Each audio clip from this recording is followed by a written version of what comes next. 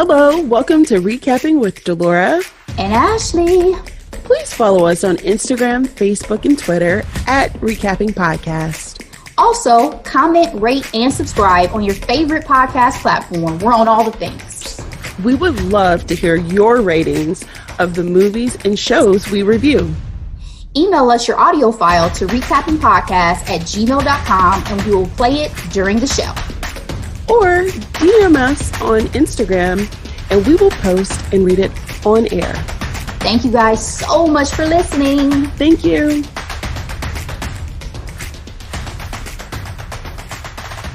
Ashley! Hey girl, hey, how goes it? Girl, it's going. I'm excited about this week's recap. What are we recapping again, as if I don't know? Only Murders in the Building, a Hulu original. It is a comedy/mystery series. It's 10 episodes, rated MA, and the episodes run about 30 minutes, 30 to 35 minutes, depending on which episode you're talking about. So let's get into the summary. 3 strangers share an obsession with true crime and suddenly find themselves wrapped up in one. When a ghastly death occurs inside their exclusive Upper West Side apartment building, the trio suspects murder and employs their precise knowledge of true crime to investigate the truth. Perhaps even more explosive are the lies they tell one another. Soon, the endangered trio comes to realize a killer might be living among them as they race to decipher the mounting clues before it's too late. Ashley, I'm going to highlight the 3 stars of this series. Steve Martin as Charles, Martin Short as Oliver, and Selena Gomez as Mabel. Rotten Tomatoes gave this series 100% critics.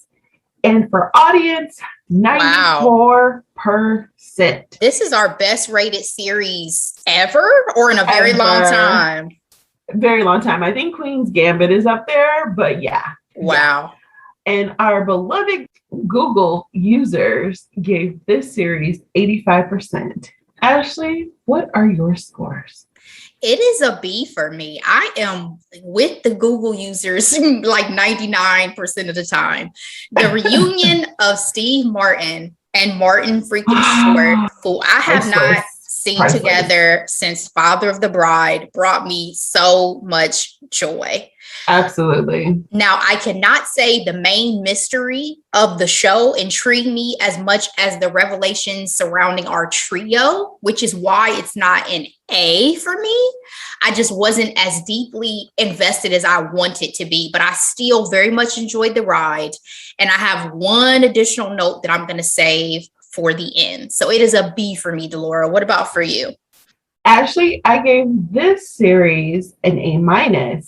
I love Steve Martin. I love Martin Short. Like, I actually love Martin Short a little bit more than Steve Martin because he is the funniest. Yes, he is. And the thing about this series that I enjoy so much was the humor. It was so funny. And I laughed more the second time around than the first. So I really loved it. And I love the cliffhangers after each episode, some better than others, but I was engaged.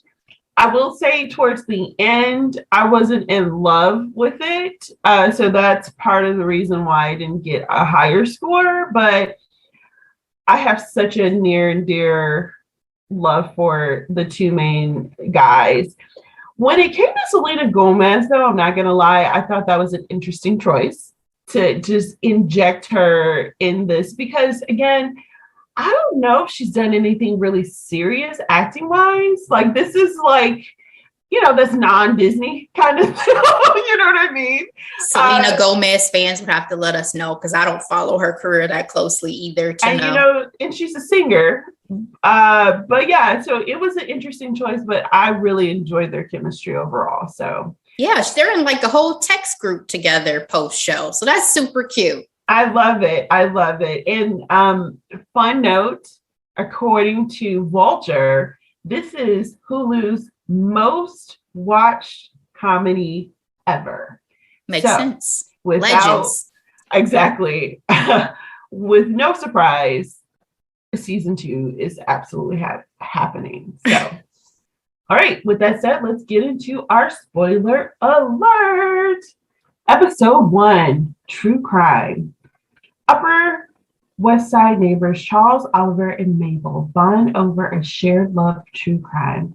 When a fellow resident dies in their building, the trio determined to solve the mystery and record an accompanying podcast. Ashley, are you into true crime? Yes. I'm not. You are. I'm not super into true crime podcast, but yeah, I've talked about the fact that I like a good true crime documentary.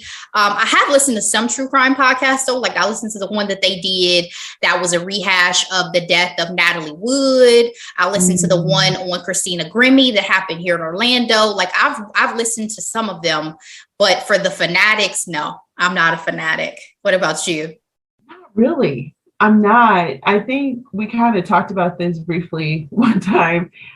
I'm into like cults and things, like documentaries about how people get sucked into weird situations where they follow a charismatic leader. I mean, that's true crime. I'd throw that in the true crime category. Would you? Yeah. I guess that's my genre. I'm not really into solving murders or anything like that because I don't want to follow a real crime as it's happening the way that they do in the show. Like I want it to be resolved, and then I just want to hear the facts and information. Like I wouldn't want to be a part of like an active investigation. That's way too emotional for me. Like it's too heavy. It's extremely heavy, actually. So in this episode 1, there's this gentleman on the phone, slicked hair, trash bag in hand, on the phone, talking about a package, and he's gone. The events of the show, or the main mystery of the show, happens where the fire alarm goes off, and they find out that there was a murder. It is presumed that it is a suicide. The resident in question was the gentleman who was on that elevator with Charles, Mabel, and Oliver. Mabel, Charles, and Oliver are very independent people. They're all kind of lonely. I don't know if you noticed that. You have Charles, who's randomly making omelets and has all these peppers. You have Oliver, who you can tell is very charismatic, but still very much alone, with bills piling up, by the way. And then you have Mabel, which, mind you, I don't know anybody under the age of 65 by that name. Living by herself, it looks like a renovation, you know what I mean? And they are actively listening to this podcast called All Is Not Okay in Oklahoma. First of all, I love how they play up the titles of these podcasts, these true crime podcasts. Have you noticed that? I mean, the title makes a big difference in the marketing, and as we know, the strategy as to what it is you're going to be talking about. So it makes sense that the titling was important. But I think what's funny about this particular show, about the podcast and all of that, is the whole Tina Fey angle of it, right? The fact that Tina Fey is this whole podcast, mastermind. So it just adds, a little more flavor to it than it would be if, in my opinion, if Tina wasn't in the show. And so one of the things I noticed actually more the second time around was how active listeners they were of it. Like they were ready when the podcast dropped and they were all taking notes on what happened. So the fire alarm goes off and everyone, scatters out of their apartment building, and they all meet up at this restaurant and they realize that they have this in common. What was interesting was that Charles was very open as well as Oliver, but Mabel was pretty mysterious. Do you think that was warranted? You know, you don't give all your business to two strange men, right? Even if they live in your building, especially if they live in your building, right? And this is New York. This is all set in New York. New Yorkers are not the friendliest of people. So to me, it makes perfect sense that she's going to be kind of closed off and not necessarily excited to. It's not like they have some commonalities because there's the age difference or the gender difference. So to me, it made perfect sense. But at the same time, because we see Mabel is someone who has fantasies of killing people with a crochet needle, to me, she was sketchy. She was very sketchy from jump. And we find out, I believe, at the end of this episode that she actually did know Tim Kono. In one way or another, and that was interesting. He was a part of her Hardy Boys. Her Hardy Boys. Well, again, after reconnecting at the booth, they decided to sneak in the back way to look into this murder. I don't think I'm that ballsy to do that, Ashley. Would you? Absolutely not. I don't want to see a crime scene. I don't want to see a dead body. That's not my thing. Never. And again, they see the crime scene, all right, blood and all. So one of the things I wanted to mention before we go on to the next episode is this monologue that Charles gives Mabel while they were sneaking into the apartment. He's a has-been actor who was on a TV show called Brazos. And he pretty much talked about how he was just like his father. And because of that, he didn't want to be with anyone because his father treated his mom awful. Episode 2, who was Tim Kono? The group begins researching the victim. Meanwhile, Mabel's secretive past starts to unravel. So I mentioned that monologue at the end of episode 1. Mabel finds out very quickly that it was from an episode of Brazos. How did you feel about them lying to one another? Again, I know they don't know each other, but it's just like some of these lies are pretty intense, Ashley. Well, I'm glad that it turns out that the story itself was true. He basically said that the monologue that he gave in Brazos, that was one of the few times that they let him have some control over his, I guess, script or lines. And so he went with something that was true to him, because it was going to be heartbreaking to me if this whole spiel about his life was fabricated. Like I felt like Mabel did. It was the moment that she felt like he had opened up, so it helped her to open up, right? And I think when he clarified that, it was like, okay, cool. But then you realize at the end of episode 1, well, Mabel's hiding a huge secret. So when is that ish going to come out? That's way bigger than him lying about his dad. You know what I mean? Like, sis, you had a whole relationship with the deceased and you're just not going to say anything? Okay. Shady. Again, she's shady. Very shady. Very shady. They come together after seeing the crime scene and decide to make a podcast out of trying to figure out who or how Tim Kono died. One of their first opportunities to get a lot of information was his memorial in the lobby.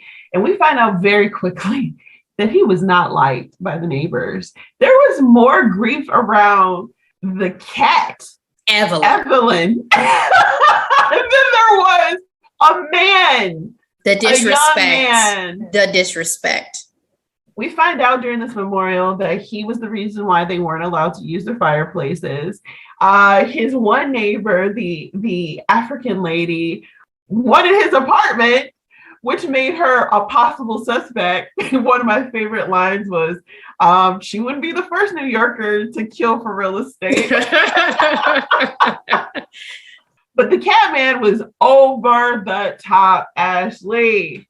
What did you think about Tim Kono's relationship with his neighbors? Thought it was sad. Yeah. I think to your point about the main trio being loners, Tim Kono was also a loner, it seems. But not only was he a loner, he was so despised by everybody that they didn't even have a kind word to say in death. Like in death is supposed to be the time that even if people hated you, they pull something out. They don't speak ill of you. Yeah, exactly. You pull something out to have to say. So when everybody was more upset about Evelyn, I was frustrated because this is a man's life we're talking about. So that it just made me sad for Tim. I was like, where's his family? Like, that's one of the things, the points within the show that I didn't really love, is that they never really honored this man's life. Yeah. Well, they said in a very throwaway line that his body was with his family in Japan, but but I want to see it. I want to see somebody. I want to see some level of something. And we didn't even get that, because to that point, Ashley, we get more of an understanding of who Tim Kono was from his friend Mabel. She had a whole video, and at the end of the episode, she's like, in case I'm next, but she talks about the history of the relationship. She is in that apartment because her aunt lived there. He was a resident there with his family. He was abrasive, and they came together as kids and fell in love with the Hardy Boy books. You know, actually, I'm not going to lie. Part of me almost wondered if Mabel was supposed to be like an older woman, like a Diane Keaton type age, like on par with Steve Martin and Martin Short. Like, I'm just interested to know, like, when did they decide to, like, yes, let's put a millennial there instead of a woman of, you know, their age? Because I don't know about the Hardy Boys. Like, have you heard about that? I've heard of the Hardy Boys. Have I ever read a book?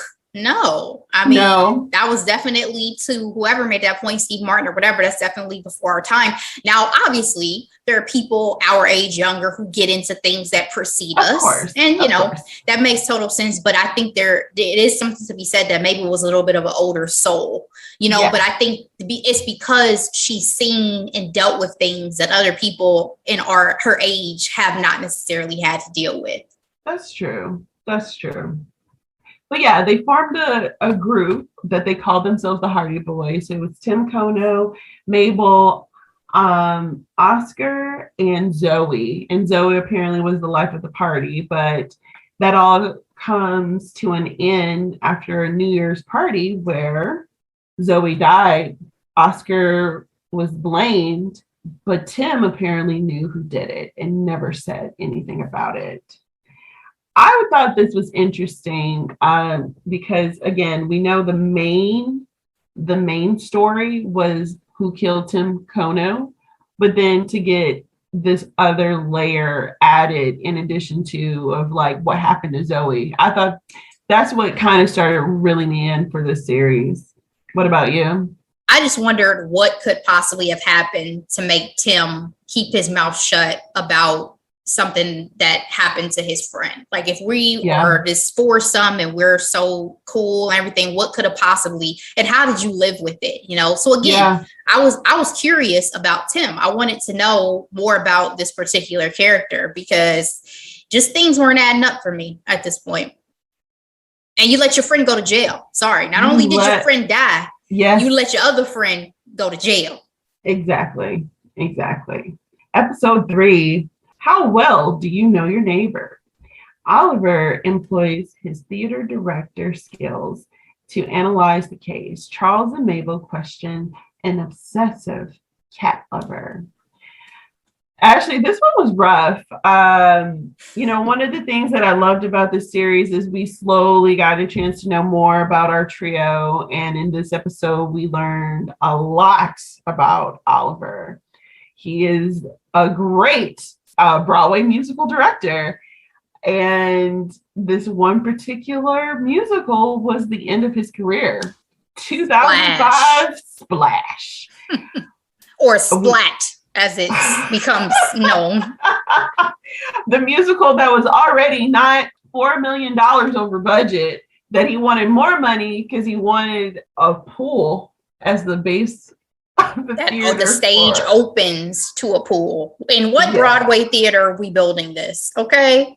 What insurance company would ever agree to that? That is my question.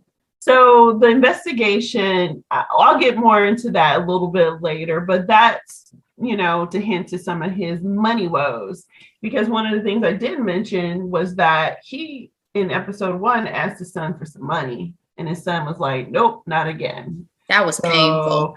And he has a lot of overdue bills. And his time at Arconia was was numbered because he hadn't been paying his bills, Ashley. But basically, in this episode, Charles and Mabel investigate the cat guy because he had some major issues with Tim Kono, and he was a possible suspect. A lot happened in this situation. Basically, they were trying to record him. So that whole scene was kind of funny when he was like, "You're being recorded." He was like, "What?" Well, because he was like, "Do you consent?" Kind of tried to ask him first, "You consent to be recorded?" He said no. He said okay, and then recorded him anyway. Yeah. But we find out that he himself is going through a lot of grief due to the death of, I think this was like Evelyn 7. His beloved Evelyn. Everywhere. But something happened to where Charles's nose starts to bleed and old dude faints. And in efforts to help him, they go into the freezer and find his frozen cat. Ashley, what would you have done if you saw a frozen cat in someone's personal freezer? Like, no words. I would have ran out of that apartment and possibly reported him to somebody. He needs help. That man, he fainted at the sight of blood, but not out of that fucking cat hair that was all over his sweater. Like, I just didn't understand the irony of the entire situation. You have your whole cat dead, touching the peas and the cucumbers and whatever else you got up there in the frozen food section of your freezer, but you passed out at the sight of a little blood. Like, he was a weird dude. Very weird. But they find out very quickly that he couldn't possibly be the murderer because he faints at the sight of blood. But one of the nuggets that was really great from this episode, Ashley, was that he was getting his cat tested because he believed that she was poisoned. So the reason why I brought up Oliver's money issues is because he had the audacity to ask the guy who produced his last musical for money for this podcast. Teddy Demas. And he was able to convince him, even though this Splat was the biggest flop ever on Broadway that resulted in 3 bankruptcies and 2 insurance investigations and the loss of his son's college fund. Ashley, what is the audacity? Like, I could never. Only the charisma of a white man. I will say that for damn sure. Like, who else could get money out of people like this? I mean, I've just never seen such. But hey, for any investors out there, we're in the market. Hit us up, okay? Let us know. We can use some sponsors. Divas Chicken Wrap presents Only Murders in the Building.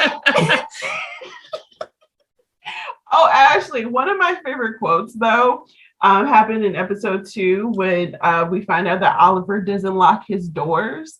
And Selena was like, I guess white men only are scared of colon cancer and societal change. That was a great line. 2 more important things happen at the end of episode 3. Sting is a resident of their Upper West Side apartment building, and he doesn't like dogs. And somehow Oliver's dog gets sick. Dun, dun, dun. He also had a death threat on his door, didn't he? He sure did. The door was open. He saw that note, and his poor dog was laying there sick. That was really sad. Not little Winnie. Little Winnie. Episode 4, The Sting. Believing the murderer might be a famous resident whom is difficult to access, the group seeks advice from a renowned podcasting host. So to your point, Ashley, Tina Fey enters the chat. Sydney Canning.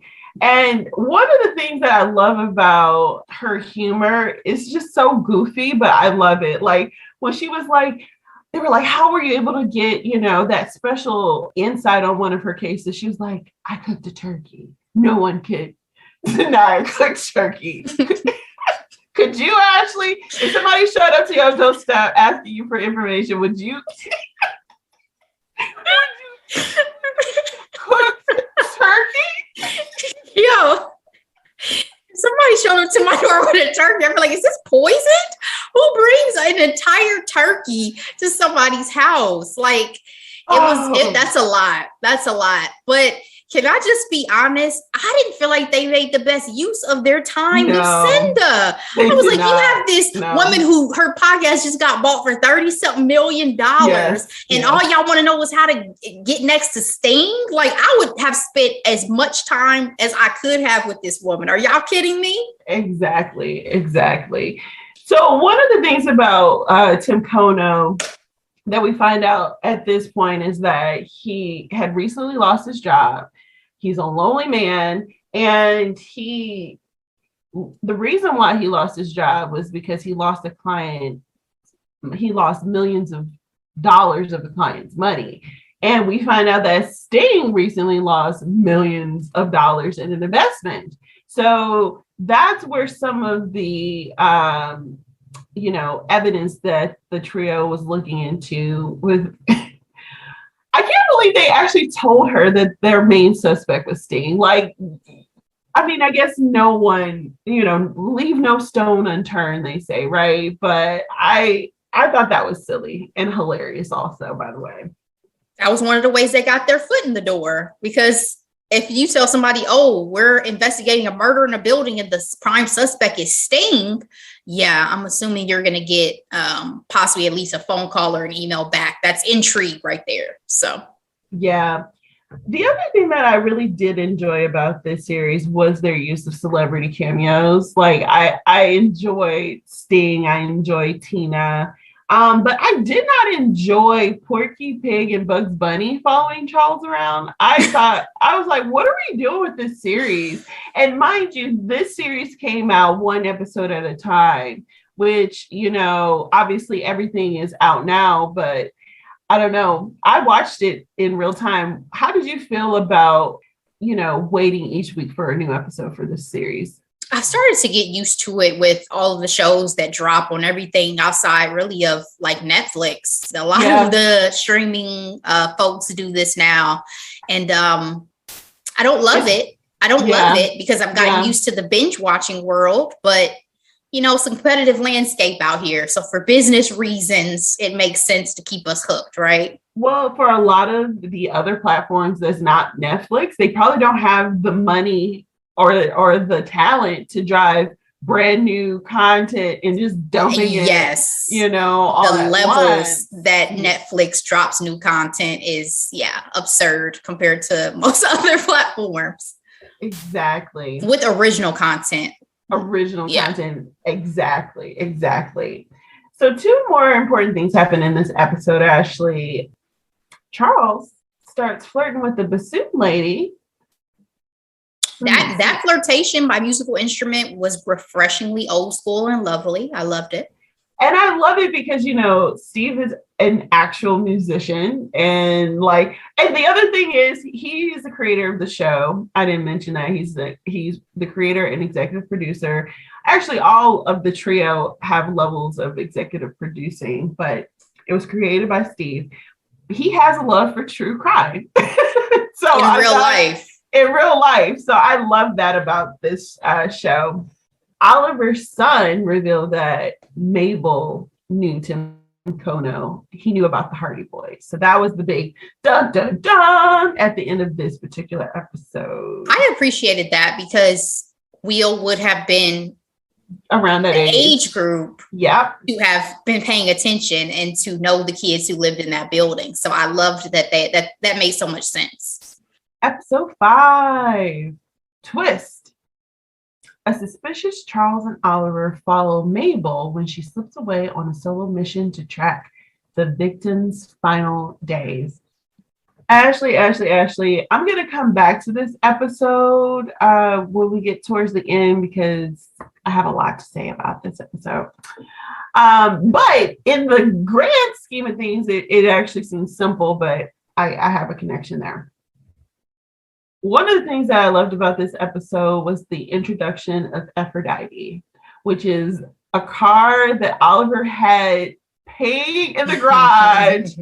And he said he hadn't had his license in 25 years. The fact that he named his car Aphrodite was beyond also. I love Oliver so much. I love that car. I would totally drive that car. Would you?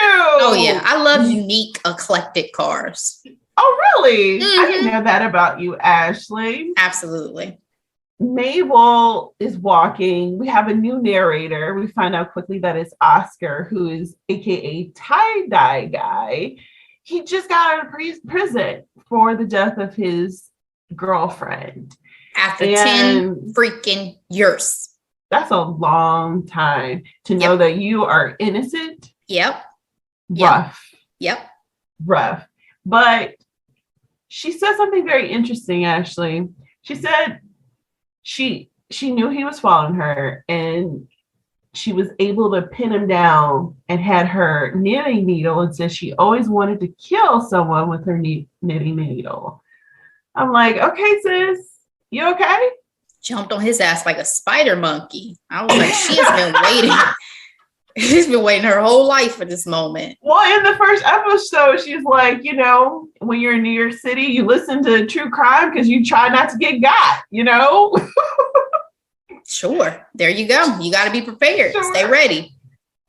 Sure.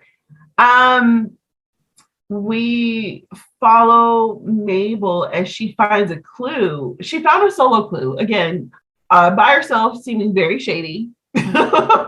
She's looking to see where all this jewelry is from. And Oscar helps her figure it out because, again, she says this in a previous episode also, she tends to ride in groups. Do you ride in groups, Ashley?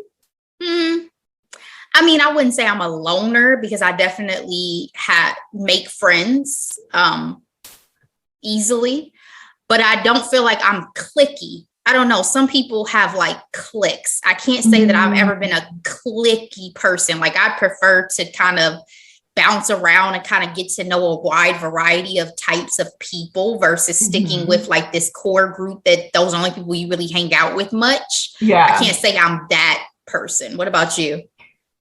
I've always had friendships with guys like my whole life. I actually have more guy friends through the years than girlfriends. I actually didn't make really good girlfriends until like college, really. Like, because it's funny because when it comes to high school friends, it's more of proximity, but like college, I think your friendships you're able to, you know, dig a little deeper, if that makes any sense. I agree. But in any case, when it comes to guy friends, I tend to make them two at a time. Like I'm always talking to two guy friends at a time.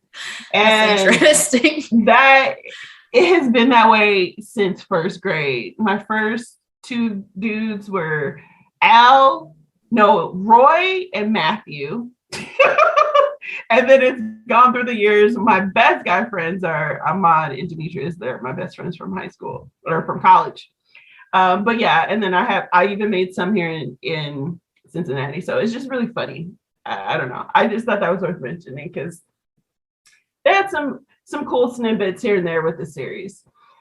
But I bring up her friendship because Oscar was very much into solving clues as well. And he reminded her that Tim Kono had an appointment to see her cousin who gave them their whale tattoos.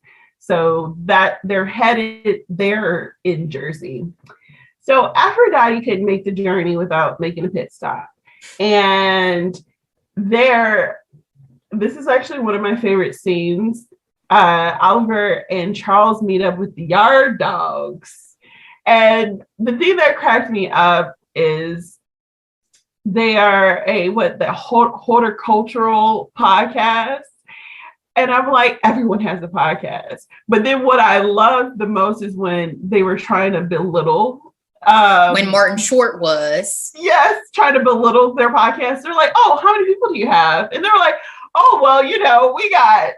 They doing the damn thing. They cool with Cinda Canning too. Cinda's our girl. Yes. Like they were on a different level. I loved it because Martin Short really thought he was, you know, talking trash. He just didn't know who he was talking to. Big trash. And I also appreciate the whole gem of mistletoe being a toxic parasite and a tree assassin. I was like, now that's a gem right there for the holiday season. Gem. Absolutely. Absolutely. And so Oscar makes it to their location with Mabel, and he's pretty much trying to tell her, like, yo, can we just chill? He's like, I just got out. I'm not about to try to figure out another mystery. Again, another funny moment for me. He was like, I got certified in trap yoga in prison. I'm thinking about opening up a shop. I'm like, that tickled me so much. But do your thing, Oscar. He's trying to move forward in his life. Exactly. But basically he caves in because he has a thing for Mabel. Like, their chemistry was pretty intense for them to not have been together. I felt some type of way about it. I'm gonna be honest. Did you? Yes, it was awkward to me that this guy, Oscar, went to prison for possibly everybody thinking that he had murdered his girlfriend, who was part of this crew that y'all were all friends with, but somehow y'all immediately seemed like y'all had some type of love connection. Was this going on when he was still with Zoe? Like, we saw a little flash of New Year's where he complimented how Mabel looked. Yep. And Zoe obviously went on up and up, and then those flashbacks, she was doing her thing as well. But I'm just saying, like, to me, it was a little awkward. It was like, how good of friends were we really with Zoe? You know what I mean? I don't know. Well, Zoe was a bitch, but we learned that a little bit later. That's still your girl. Just a bitch you choosing to be friends with. Okay. Very true. Very true. That was still your girl. Mabel makes it to her cousin's shop, and guess what? Oliver and Charles are there too, and they kind of bust her in her tracks saying, hey, you knew Tim Kono this whole freaking time. If you were them, would you feel betrayed? I know this is a simple answer, but... Well, it's funny because I liked that Martin Short was more gung-ho about thinking she was a liar than Steve Martin did. Steve Martin was trying to give her the benefit of the doubt for a while. I'm definitely Martin Short. I'm like, oh, she been lying way too long for my comfort. I don't trust this chick. A possible suspect. Yeah, I don't trust this chick. I'm not team, oh, let's hear the details here. No, you've been lying. What's really good? And I'm gonna need some answers from you, sis. Yeah, because at this point she was sneaking around too long. And she was with tie-dye guy, right? We think tie-dye guy might have been a suspect, and you run around with tie-dye guy. Very true. So she gives them an explanation that apparently was good enough. And at the end of this episode, there was a lot of jewelry on that pool table, Ashley. It's only because she cute. I swear to you, it's only because that was part of the reason why they let it go so quickly, in my opinion. It's because she cute. Interesting. There was one gem, wink, wink, that was also worth noting. Tim Kono was trying to take down a black market jewelry dealer named Angel. Sorry, I was supposed to say Ashley. Ashley's a thug name too. Ashley's a thug name too. There's a thug named Ashley out there in these streets. Bad boys for life. Okay. Episode 6. To protect and serve. Mabel brings her friends to her childhood home to meet her mother. Detective Williams starts to have her own doubts about the case as she prepares for motherhood. I really did enjoy Detective Williams. Besides her hairstyle. Yeah, that wig was awful. Awful. But basically, she was convinced that this Tim Kono case was open and shut. It was ruled a suicide. Her wife, however, is a fan of the podcast. Only murders in the building. And she tells her, like, hey, honey, you might want to look at this. Detective Williams is like, what do I look like going to my chief saying, hey, let me reopen this closed case? That's a no for me.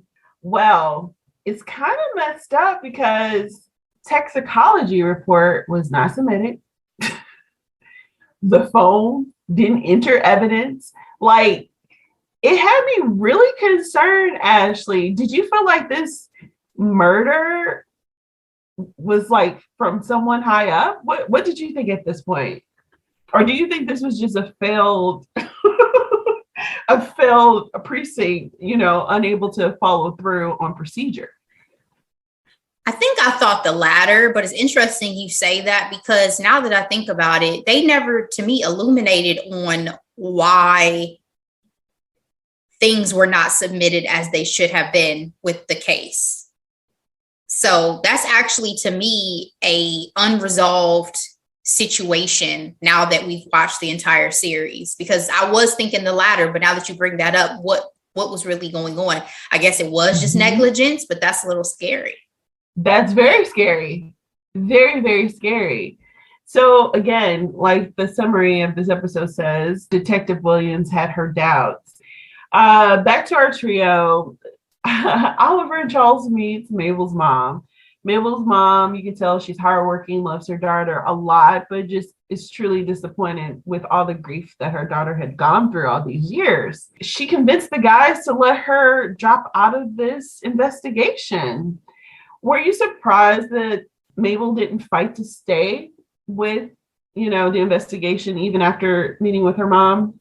No, I wasn't surprised. I think it was more so that was a good opportunity for us as an audience to get a better glimpse at what was really going on with Mabel. Because again, to this point, everything that was going on with her seemed a bit shady, like she was lying about things. So to get the background of the trauma behind her losing her friend and what happened with her friend group at such a young age. And anytime a mom enters into the equation, you see that protectiveness. Me as the audience, I'm like, okay, now I feel a bit protective too, because this was your child.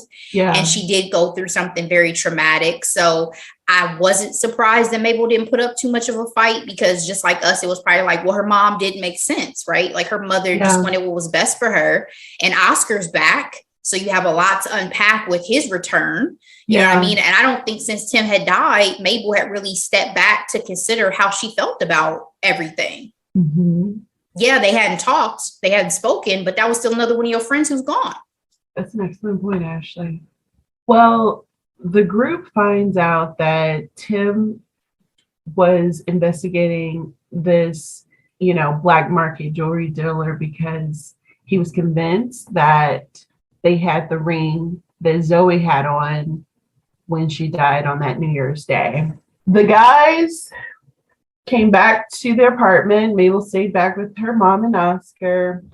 And Oliver gets a call from Teddy about the podcast. Our girl Cinda made it to Fallon, and she was joking about their podcast, Only Murders in the Building. And Teddy was beside himself, and he wanted to give more money to the podcast. And, Oliver is like, show me the money. Okay, show me the money. Whereas Charles is like, hey, we don't have Mabel anymore. Should we stop the podcast? Do you think they should have taken that money and continued on, even if she didn't return? Because, spoiler alert, she came back. Yes.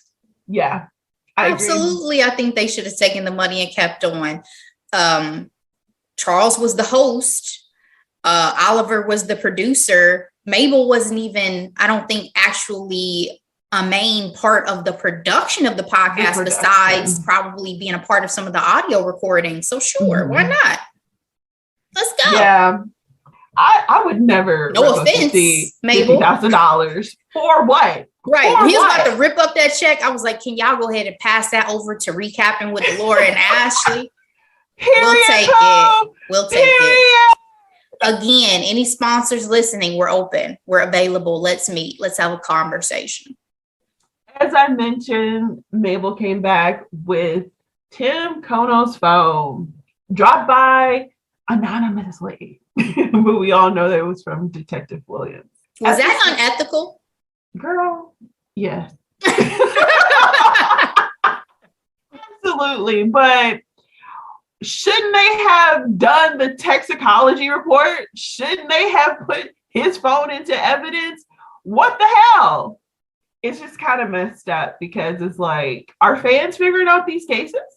Possibly. I mean, I hate to bring up some of the recent missing people, but social media played a major role in finding out what happened to these people. Fortunately, like Gabby Petito and Brian and Julius. So yeah, girl, I don't know. I'm not trying to go down that rabbit hole. Yeah. I mean, I asked, was it unethical? But I guess it's one of those things to me where does it matter if the case actually is resolved? Because sometimes I feel like you have to circumvent the system, or you have to circumvent rules if it's in the greater good of whatever it is your mission is. I'm not saying that to say people should do a bunch of dirty stuff. I'm saying in this case, if her sending the cell phone helped to crack this case and to find out who really killed Tim, was that a bad thing? I don't think so. Yeah, I guess that conversation of like the greater good over procedural, right? Yes. Yes. Great point. Episode 7, Ashley, the boy from 6B. As the investigation scratches at a web of old crimes that originated inside the building, a mysterious young man turns the tables and spies on Charles, Oliver, and Mabel. This has to be like my favorite episode of the series. This entire episode was completely silent. We get the perspective of Theo, the son of Teddy. And I saw someone say this online, and I agree. They're like, this is Emmy material. And I'm like, they're absolutely going to be winning awards for this series. I have a feeling about it, because Hollywood loves a revival, and we haven't seen Steve Martin Short in like a minute. You know what I mean? Yeah. They're going to be nominated for sure. Let me just say, going back to Insecure from last week, if Insecure does not win an Emmy, I'm going to stop watching the Emmys. You hear that, Academy? I'm going to stop watching. You know, Emmys are like Oscars. Sometimes you don't get it when you're supposed to get them. Yeah, but this is the final season. If they do not get an Emmy, I'm going to stop watching. All right, going down a quick rabbit hole. Is Anthony Anderson going to finally get his Emmy? Nominated, I think, every year that Blackish has been out. Tracy? Is Tracy? I don't know. It's Ted Lasso going to take that away from them again? Better not, because season 2 is not worthy. Season 2 is not worthy. Ooh. Yep. I said it. Okay. Okay. Kind of like Oliver's son, there are more kids in this building, and around the same age as the Hardy Boys. And it's Theo. And I say his name like that because he out here riding real dirty. Who came up with all these names in this series? Now that you point out Mabel, I'm listening to everybody's names. All these names are old. Like, nobody's name is like Ashley, young, Brandon, like Oscar. I don't know any young Oscars. No. Everybody's name is kind of older. Oh my gosh. Jan, we'll get to her. Goodness gracious. I love it. I always use your name, Ashley, but we could also say Jessica. Or, these generic Emma, everyday names. Even Michael. I mean, you could have had a Michael. You could have there's all sorts of names that are still prevalent today. You know what I mean? Like, all of these are like, who's grandma? Who's grandpa? Y'all talking about Theo. I ain't heard that name since the Huxtables on television. Where's Ethel while we're at it? Exactly. Even Evelyn, the cat. The cat's got an old name. Cat's Evelyn. Yeah. You got Winnie as the dog. Like, what? Oh my God. Yes. Well, yeah, exactly. So this entire episode is from Theo's perspective. We get a present view of what he's doing, and he's out here spying on the trio. He is losing his nerve because something is up. I forgot to mention at the end of episode 6, they're very own sponsor becomes a suspect because of his angel check. This episode makes it very clear for the audience that, yeah, something's very dicey going on over there at the Dip King's house. I'm just like, because Theo is looking very suspect. And again, he's following them. The trio decides to sneak into Teddy's apartment because, again, he's now suspect number one. Oliver goes out to a quick lunch with Teddy, and Mabel and Charles go into the apartment, and they find a secret room full of urns. That was creepy. That was very creepy because at first you didn't know why there were so many urns, but you learn very quickly that they're freaking grave robbers. That is a new one for me. I was like, of all the shows that we watch and consume, this was a first that the shadiness was because y'all stealing jewelry and valuables from dead people. Who knew? That's very low. That's so low, Ashley. Like, but you know what I also love? And I don't know if the community of people with disabilities would agree with this whatsoever, but I actually thought that it was dope that they had a person with disabilities as a villain. I was like, I feel like it's a step forward because it's more diversity on screen to show his disabilities didn't limit him from the shenanigans, you know what I mean, from being a central part of this story. A criminal ring. Exactly. Like, they may be like, nah, we don't want to do with that. But I'm just saying, to me, it was like, oh, that's actually pretty dope. Yeah. Great point there. We get some flashbacks and we realize that Zoe was doing some heavy flirting with Theo. She was very versed in ASL and she had this connection with this young man in her building. But their connection got in the way because that emerald ring, Ashley, Teddy noticed it was missing and he told Theo to get it back. Enter, what is that, 2010 New Year's? Theo was trying to get the ring back. The flirting, I guess, got to him so much so that he thought he had a shot. And she laughed in his face, Ashley. Ooh. Oof. Cringy. That was rough. Why'd she do that? She did call herself a bitch, but still. And she also has said that it was a bad time. Like, I'm not going to be good company right now. So she was in an ugly mood, but that still doesn't excuse it, obviously. I mean, I don't think that that Theo probably had a chance with her, but, he was a sweet dude. And he was approaching her in a caring, kind way. So it was unfortunate. Wasn't aggressive, right? Yeah. Well, and she was flirting with him. Like, he was minding his own business. She up here running her hands up his back and stuff. I said, girl. Yeah. Well, she seems like the type of person that manipulates people. You know what I mean? She just seemed like she liked to play games. I mean, she played with people. Yeah. But she was rich. Her family owned a floor at the Arconia. Entire floor. Yeah. But we find out very quickly that her death was indeed an accident and not necessarily a murder. That was very sad. Very sad. But this is where the criminal activity comes into play, Ashley. Tim Kono saw what happened, and Teddy strong-armed Tim not to say a word. And because of that, we know what happened. Oscar went to jail for 10 years for no reason. Mabel lost all of her friends, all of them, whether in death, prison, or just separation. And that was rough. I could not take Nathan Lane seriously as a thug. I think I texted you this before. Like, to me, it was utterly ridiculous that we're taking these man's threats this seriously, that we're going to remain silent. Like, what?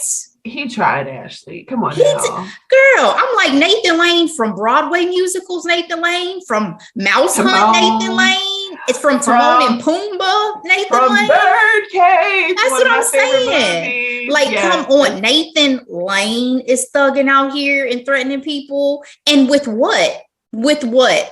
I ain't seen you kill nobody. I don't trust that you gonna kill me. So why would I keep my mouth shut? If I tell on your son, there will be consequences and ramifications. So I wouldn't be scared. He's a powerful man, Ashley. I don't know. To me, I didn't get it. Like, I feel like they needed someone who was way more intimidating for me to fully invest in me being that scared, right? Somebody being that scared. And I just didn't feel that with Nathan Lane. Sorry, Nathan. I know you did your thing, but no, you a baby. You're not even a baby thug. You soft. Like, that's it. Oh my gosh. You soft and fluffy. You a teddy bear. All right. Episode 8, fan fiction. Hitting a dead end, the group calls for reinforcements in the form of their podcast superfans. So I love the superfans. Me too. So at the end of episode 7, Mabel and Oliver got caught. They caught Theo red-handed. How was one man able to wrap 2 people up, though, and throw them in the back of a truck? I'm like, y'all were thinking fast enough on your feet, because it was 2 against 1. He ain't that strong. Especially with Mabel with this knitting needle that she's been so quick to use. Like, suddenly she was a damsel in distress. Exactly. I could see Martin Short. He's a little older. You may get to catch up with him. Yep. That's what I'm saying. The whole angle of them being, like, scary, it never clicked for me. That's funny. I mean, I wasn't scared, but I was very concerned. I was like, oh my goodness, they are now in danger. This quick, side project has turned into something very, very real. So one of the things that also happened in episode 7 that I didn't mention was Charles had his first date with Jan, and they connected in a very, very intimate way. So much so that he didn't check his phone like he probably would have done if he wasn't by himself. You know what I mean? It's, to your point, Nathan Lane, the kingpin, pretty much told Oliver and Mabel that they had to end their podcast. Like, this is your last day. I need for you to end it and say that Tim Kono died from loneliness. Or what, Nathan? Or what? Let me say back to your Jan and Charles, though. Erotic Scrabble. I didn't know I needed that in my life. I didn't know. I didn't know. They sold that. I said, okay, they sold that. I'm about to give me a Scrabble board, y'all. They sold that. I love it. Mabel and Oliver catches up with Charles, and they find out that Jan apparently is in this investigation now, sorting through the clues of the phone, and they found out that, in fact, Tim Kono was trying to take down Demas with the grave robbing situation. But Mabel and Oliver were not here for Jan. Do you think their intuition was correct, Ashley, at this point? I think they were more so just annoyed versus intuition. I think it was just like, who is this woman all of a sudden trying to come in the midst of our investigation? It's been the 3 of us. We didn't ask for your opinion, because she was just coming on a little strong, She came on extremely strong. It's like, do you realize this is 3 of us? Like, this is an A and B conversation. It takes you back to like when you in school and you've been working on a group project, and then all of a sudden somebody else want to come in and get a 2 cents. Nobody asked you. So I'm gonna need you to step back, have a seat, please, because this is done. This clique has been formed. We're going to resolve this. You know what I'm saying? So I got it. I understood it. So Mabel was so shook that she was like, we need real reinforcements. So they called up Detective Williams. And this is where I kind of was annoyed when she was like, well, make the case, have your who, why, how, and why now. And I'm like, you really are signing these people this case? Like, you're the one that gets paid to do this. Yeah, I literally said, would a cop really take them seriously? In this day and age, I think that was actually realistic, because to your point, the power of social media, the fact that people have a lot of information, I think a cop may have just let them run with it for real. Ooh. I'm not saying that's a great thing. I'm just saying I think it's real. So they realize that they need help with this case because, again, they are on a time crunch, and outside of their apartments are superfans that help them come up with how to close this case. And ultimately, in a very bold move, they decided to pin Tim Kono's death on the Demuses. Makes sense.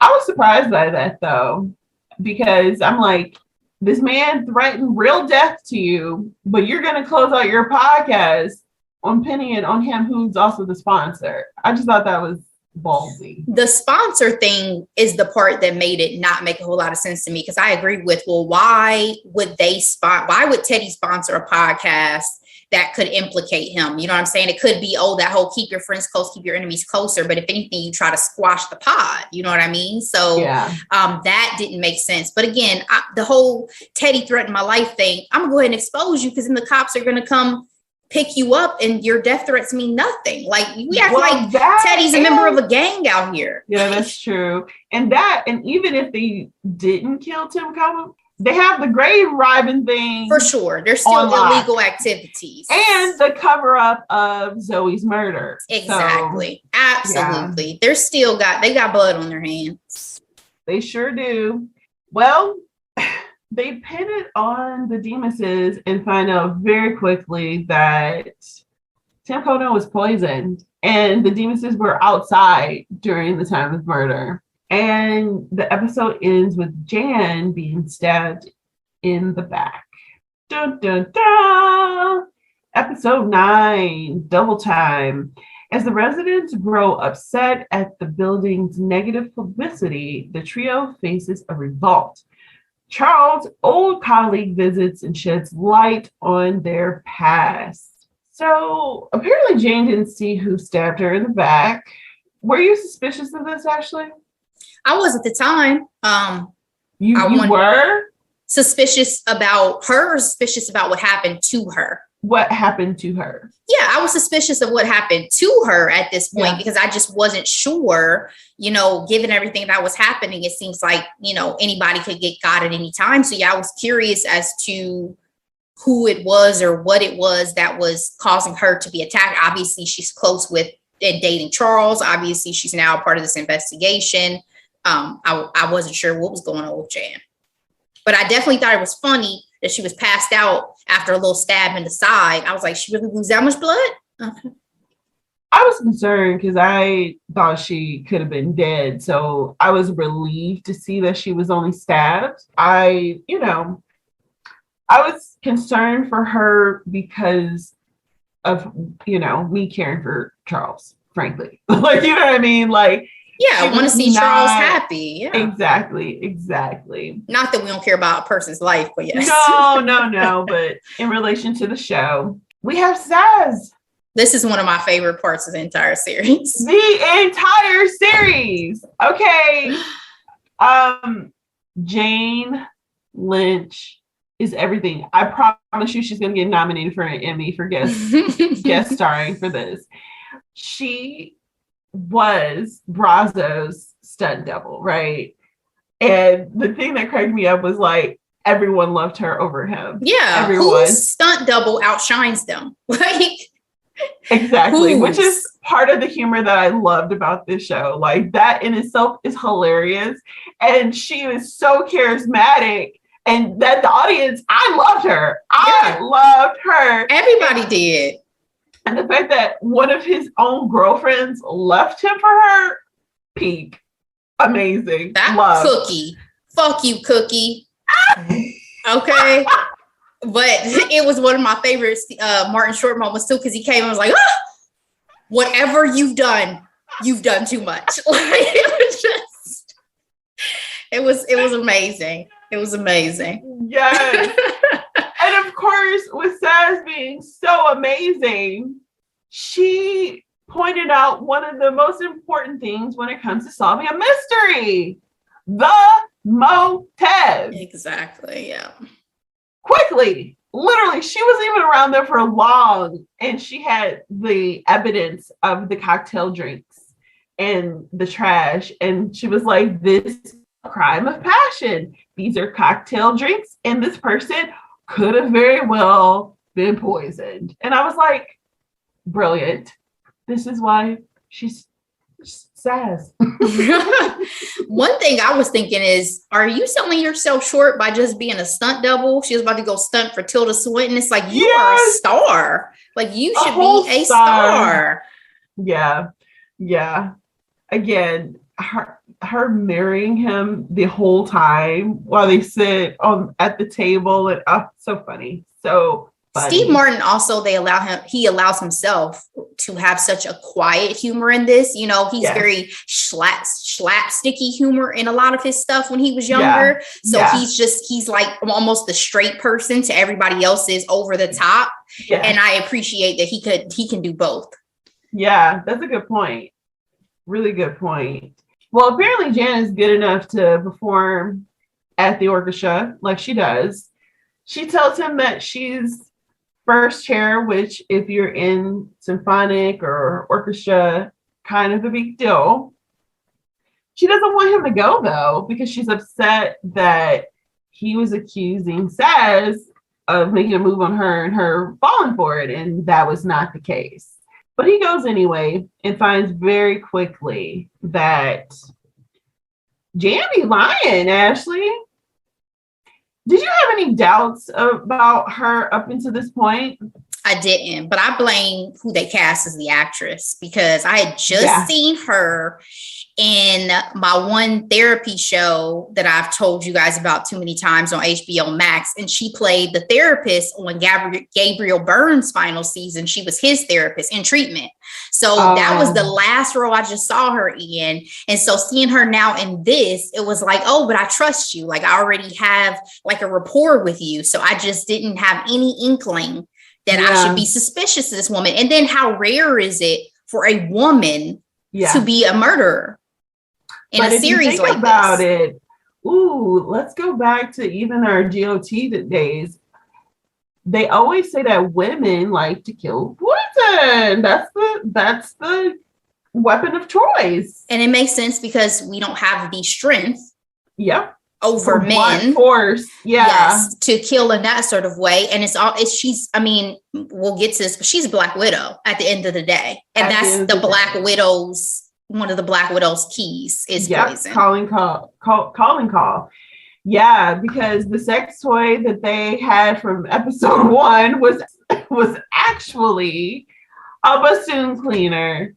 I'm not gonna lie, it was so funny in episode 1 with Oliver waving it around like, "Ooh, Tim Kono, I see what you're Who's touching on other people's sex toys?" I was like, "Ew, where's that been? What are we doing? Are we slapping that around?" And that was the revelation that Oliver and Mabel found, and so. But Tim Kono was supposed to be a hell of a lover. Give him that credit. Had her screaming. So true. The neighbor, she was like, he apparently knew what he was doing. Put some respect on Tim Kono's name, okay? Episode 10, Ashley, open and shut. The trio races towards a resolution while their own lives are put in danger. I did like how this episode opened. We finally get to hear from Tim Kono. We find out that he had succumbed to loneliness after the events of that awful New Year's Day in 2010. He was Took him a while. It had been 10 years. 10 years. And you was talking about Issa after 1 year. Look at Tim. Yeah, that's true. It's been 10. That's true. And he's like, when you're lonely and someone shows you some attention, you kind of go for it. And he apparently went for it a lot. And in the elevator, and apparently in the apartment. And we find out that it was indeed Jan who killed him. She poisoned him and then set up the suicide note and shot him in the head. Now, I did enjoy how this episode unraveled with Charles telling her that he loved her. And he was like, even if you did do it, I think I would still love you. And she was like, oh, that's interesting. I didn't expect her to really love him. But the fact that she preys on lonely men, I was like, chick is a predator, Ashley. Yeah, it reminded me of Uncle Fester on Addams Family Values. Yes.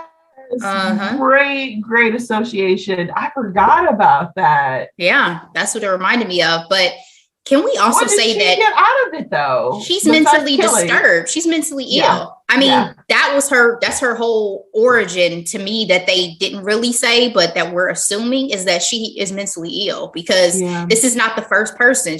During her whole villainous monologue that she gives to Charles as he's succumbing to the poison. Every villain gets one. That is very true. She's basically just telling the tale of, I hate being chosen second. And this is one of my tougher breakups, Charles. I really did fall for you. Ma'am, how many men have you done this to?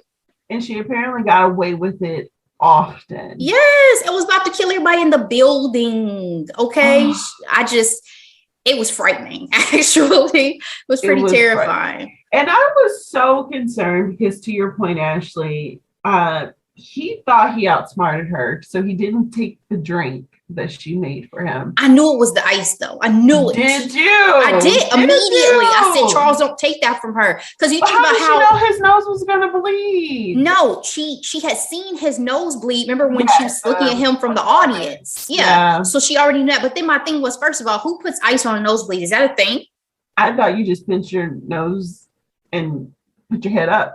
Yeah. So that I was really confused by. But you know what my biggest confusion during this whole thing was? The timing. Why did Jan decide to poison Charles before she even knew he knew anything? Well, I think the timing was he probably was starting to put some things together with her lying. So she probably was like, let me just get rid of him, like, before he figures this out. Like, so if you think about it, she was in the know, and we all knew that she was awful with her clues and things like that. Everybody wanted her to go because of how bad it was. But Charles had just left the case, remember? Under the threat of them all getting evicted. He was like, I'm done. That's true too. I don't know. That was the one thing about at the end. I was like, why now? I guess maybe it was she was always feeling like she was going to have to wrap this up. Like, I can't leave any loose ends type of thing. Yeah. And, she might do it for a time, right? But my deal is a lot of those people have lived in that building for many years. And again, watching it the second time, I actually heard the bassoon playing when they got off the elevator and they were in their homes by themselves. I heard the bassoon recorded bassoon thing she did. So my deal is like, well, was she somewhere else killing these guys? Like, or did she just come home like after each one? That it was just insane. The other thing I wanted to mention was I was so concerned with Charles because obviously the joke was he was poisoned, but had enough strength to get Mabel and Oliver, who knew what was up. They were able to catch her in the basement where, to your point, also, she was going to kill everybody because the fireplaces were now open again. Luckily, she's a bad shot. The cops came. They solved the mystery. But one of the things that I wanted to tie back to episode 5 in particular, Ashley, was their conversation of them feeling betrayed by Mabel and Charles, again, giving her the benefit of the doubt, whereas Oliver did not. There was a lot of foreshadowing going on in that episode. Just like, give her a chance, she's this or that or the other. And I was like, watching it the second time, I'm like, they're giving so many clues in this episode about their conversation towards Mabel. Obviously, it wasn't Mabel, it was Jan eventually. But I just wanted to highlight that. And then let's talk about the big cliffhanger at the end of the series here, season 1, I should say. They celebrate their win. They toast. Mabel leaves. All of a sudden, the dreaded fire alarm goes off again, and they get a text message from an unknown number that says, "Get out of the building now." They immediately thought of Mabel because she had left them. At least Charles did. Oliver wanted to dip. Always. They make it to her apartment. She looks at them and says, "This is not what you think it is." There's a person on her floor with a tie-dye sweatshirt, and blood all over the place. She stabbed somebody with her knitting needle. Like, supposedly. That's an excellent point. I forgot to even start with this because that's how the season opened. Mm-hmm. This scene, and then we get a flashback of 2 months prior.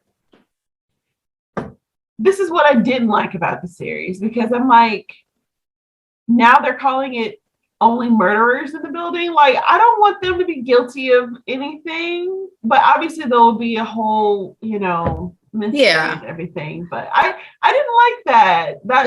What about you? You talk about foreshadowing. Mabel had just told Bunny, congratulations, you're just the most hated bitch. And now you're the most hated bitch in the building. And then Bunny's the one who is killed supposedly by Mabel. So you talk about foreshadowing.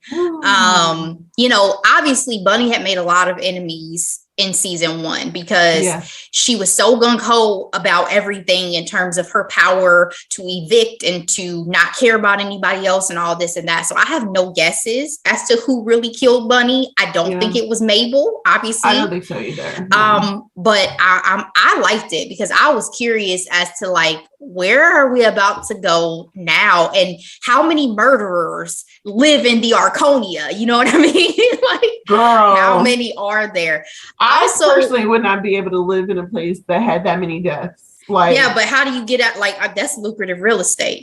Back to Martin or not Martin, back to Charles or Oliver's point earlier. The last thing I want to say about the murdering is that I think Jan's really going to enjoy prison. For some reason, I just have this feeling she's going to live her best life in prison. She seems like she's that type of psycho. That's right. Then let me give you and our listeners just my final thoughts overall in this series, Delora. So again, gets a B for me because I wasn't super invested in the Tim Kono angle again, because I just don't think I got enough backstory or, reflection on Tim. But I will say that the thing for me that also bothered me was Oscar, because besides Mabel, his father's reaction to Mabel when she originally was coming around trying to ask about him when he's about to get released, I feel like they really sugarcoated Oscar's character and what happened to him. Like, this man was imprisoned for 10 years for a crime that he did not commit. And I feel like the ramifications of that on him and his life. Like, this is a spring break. Yeah. He's out and he's still, himself, seemingly. And we're just immediately going to put him into a love connection with Mabel. Like, I get it. It's probably a product of the tone of the show, but I just feel like that was so palpable. And he's a man of color. You know what I mean? Yeah. Like, there was so much to be said to me for what happened to him. And I just don't feel like we got enough of the realness of that situation. And that's really my final thoughts. Yeah. My final thoughts. I didn't know when I first started this season, I didn't know if I could handle Selena Gomez talking the whole time, just because I feel like she talks to her teeth just like this, and it's always sarcasm. Like, I didn't know if I was going to be able to make it. I did. But my question to you is, did you have a favorite out of the trio? Oliver. Of course. Absolutely. It's Martin Short, obviously, that gave him life, because otherwise Oliver is very self-centered. Yes. And he made him lovable, because honestly, if played by anyone else, I would have hated Oliver. Probably. But yeah, it's Martin Short. So Martin Short's Oliver is my favorite character. Oh my goodness. I just loved him also. And I just want to close with like the running joke about him and dips. It just had me rolling. The Demuses take a dip. I'm like, it just was so funny to me. The last thing that he said that had me rolling was like, I've only had dips for dinner for years, and it's fine. I lost 14 pounds and a little bit of hair. But no. He has some great lines in the show. I'm telling you, Martin Short, you are still one of my favorites. I love you so much. Yes, I'm so happy that he and Steve are working, and I look forward to season 2. So if there's nothing else, time for our hidden gems. Go ahead, Ashley. Yeah, I only have one this week. And I know it's the thing we talk about that I don't like horror, but you know what I realize is I like slasher though. So I watched I Know What You Did Last Summer series on Amazon, at least the first 6 episodes that are currently available to watch. Delora, we're 90s kids, had to see how it stacked up to the films, which, by the way, I didn't realize it was based off of a book. That's new to me. Had no idea. This story is so thin. How is this? I don't know, because I haven't read the book, but hey, it's a book. The show, though, takes a very different turn than the film does. It reminds me more of like a Pretty Little Liars with more gruesome deaths. Beautiful young cast set in Hawaii. The showrunner, Sarah Goodman, loves a good teen drama thriller, as she's also about to do the Cruel Intentions series, which I'm also super excited for and will definitely be checking out. Now, I cannot say the series is, epic and, it's the best thing since sliced bread, but I think it's worth a watch again, especially if you want to see how it stacks up and compares to the 90s films that we loved, starring Jennifer Love Hewitt and, Sarah Michelle Gellar and Brandy. Ryan Phillippe and all those. Well, that was a sequel. What I Still Know What You Did Last Summer for the original, because this is based off the original, Freddie Prinze Jr. So, I think it's worth a watch. It's really getting good. After season 6, we leave on a cliffhanger. So I'm definitely gonna stick with it. And the main actress is phenomenal. Like, she's doing some great acting. So really, it's for me, guys, check it out. I Know What You Did Last Summer on Amazon. What about you, Delora? All right, Ashley, I have one hidden gem as well. It is a movie. It came out 2020. I'm sure it expected to do a lot more than what it did, but pandemic. But I found this on Stars, but it's now on Hulu, and it's called The Broken Hearts Gallery. It is rated PG-13. It's a romance. It's an hour and 50 minutes. To give you some insight on ratings, 79% critics, 88% audience score. So it's a pretty solid film. It's a rom-com, one of my favorite genres. If you don't know already, courtesy of To All the Boys I Love, like and all the other rom-coms, which I still watch on repeat. Yes. It stars a South Asian lead, and the guy who's usually in a butthole from, I think the butthole from Stranger Things. Anyway, with the hair. With the hair, yeah. He became more lovable in Stranger Things. He was a dick at first, but he grows on you. But he grew on me as a leading man. It's also about like self-love and growth within the young woman life. Lucy, that's her name. So if you want to see a good rom-com that's recent, up to date, utilizing today's technology and whatnot, check it out. And of course, she has the cool job. She's a gallerist, you know what I mean, for art. So, If I lived in New York, that would be one of my jobs. I'm just kidding. Okay, Charlotte. And then I'd have to retire to my Manhattan penthouse that Trey left me, all those things. Of course. That sounds weird, though. My brother's name is Trey. Anyway, that's all we got for today, guys. I hope you enjoyed. If you did not get a chance, definitely check out Only Murders in the Building. It is worth a watch. So you guys can stay tuned and join us for season 2. Delora, we'll be back next time for what?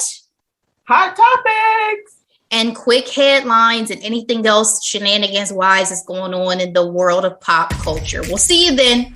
Be blessed. Bye.